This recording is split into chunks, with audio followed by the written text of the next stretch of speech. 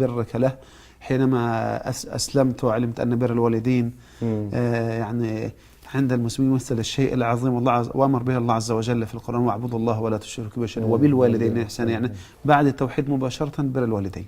المشكلة كانت فترة مشاكل بيني وبينهم. نعم. فأي شيء أصلا تعمله من الخير يرون شر، أي دينك وهذا وكذا، ولا كنت والوقت شيء كان تقول قصير والله حينما الدين يأمرني بأن أطيعك وأني أعمل كذا، يقول ما تكلمني عن الدين، ولو فيك خير أصلا كنت أعملها بدون دين. نعم. المشكلة يعني فأي شيء، المشكلة لما يكون الموضوع شخصي، أي شيء قد يعني تحاول أن تحسن يحاول أنه يقلب عليك يعني. نعم. إنه أنا فكان فترة مشاكل، ثم أجيت أدرس في السعودية وكذا. درست في المملكة هنا؟ إيه. نعم. درست في أي جامعة؟ في جامعة الإمام. ما شاء الله. أي قسم؟ دخلنا أولا في مع تعليم اللغة. ما شاء الله تبارك الله. 3 سنوات. ما شاء الله. تعلمنا اللغة هناك. ما شاء الله. ثم كلية شريعة. ما شاء الله. تخرجت منها. تخرجت من كلية الشريعة. ما شاء الله تبارك الله. ربنا ينفع بك شيخ سليمان. الله يبارك فيك. طيب في البداية شيخ سليمان، تعرف الكثير من المسلمين خاصة الذين هم يعني لا يقرؤون ولا ليس عندهم ثقافة إسلامية كاملة، ينبهرون في الغالب بحياة الغرب، وخاصة النساء عندنا. فنريد في محور هذه الحلقة الأول يعني نبدأ مثال بفرنسا. نعم. نقارن بين، طبعا أنت جلست هنا في المملكة يعني فوق 12 سنوات. ما شاء الله تبارك الله. 12 سنة.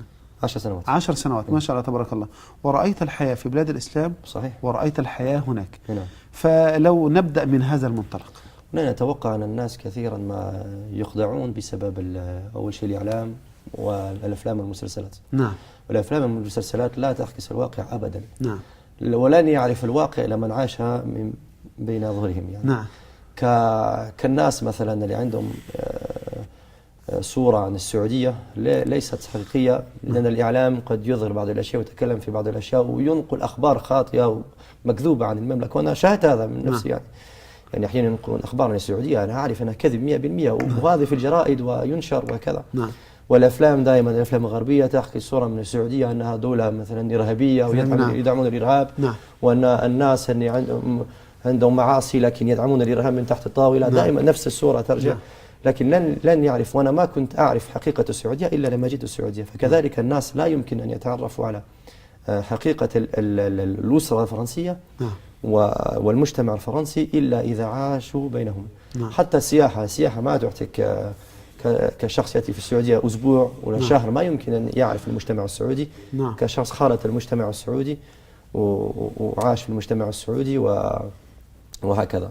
نعم. فلذلك يعني هذه أول خطأ في التصور عن المجتمع الغربي بشكل عام. طبعا أنا بتكلم عن المجتمع الفرنسي. نعم. لأن كل دولة تختلف ولها مشاكل، ولها أمريكا غير فرنسا وفرنسا غير أمريكا طبعا. بلا شك. لكن في كثير من الأشياء مشتركة يعني. أكيد بلا شك توجد، يعني احنا لا نخفق، يوجد أشياء إيجابية جدا الحمد لله في هذه البلاد، ولكن السلبيات مقارنة يعني حينما نتحدث مثلا عن وضع الأسرة هناك مقارنة بوضع الأسرة عندنا هنا والقانون طبعا إيه. يعني في البداية الزواج، أنا سمعت أو قرأت كثيرا أن هناك يستطيع الإنسان بلا زواج وتكون معه امرأة. نعم. لو تتكلم عن هذا الأمر شخصيا. نعم. الآن العلاقة التي تقوم بين الرجل والمرأة لا يلزمون فيها أحدا بالزواج، بعقد. نعم. الزواج. نعم. من حيث أن ولد يعجب ببنت.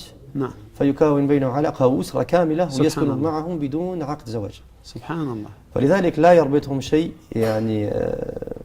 يعني قد المرأة تقول بكرة أنا أمشي خلاص. طب وإذا أنجب الرجل نفس الشيء. طب وإذا أنجب منها كذلك طبعا الأب يعترف بالولد. نعم. فينسب له. نعم. الولد، لكن يعيشون بدون أي عقد، أي شيء يعني يلزمهم بحقوق وواجبات معينة. إذا صار بينهم خلاف القضاء هو اللي يحكم بينهم في المشاكل، وقد يلزمون ببعض الأشياء المعينة، لكن ليس لهم إلزامات وحقوق مثل من يتزوج، والدولة تسمح بهذا وليس لهم مشكلة وهذا سبب كثير من المشاكل. نعم. لأن ما بينهم علاقة أصلا.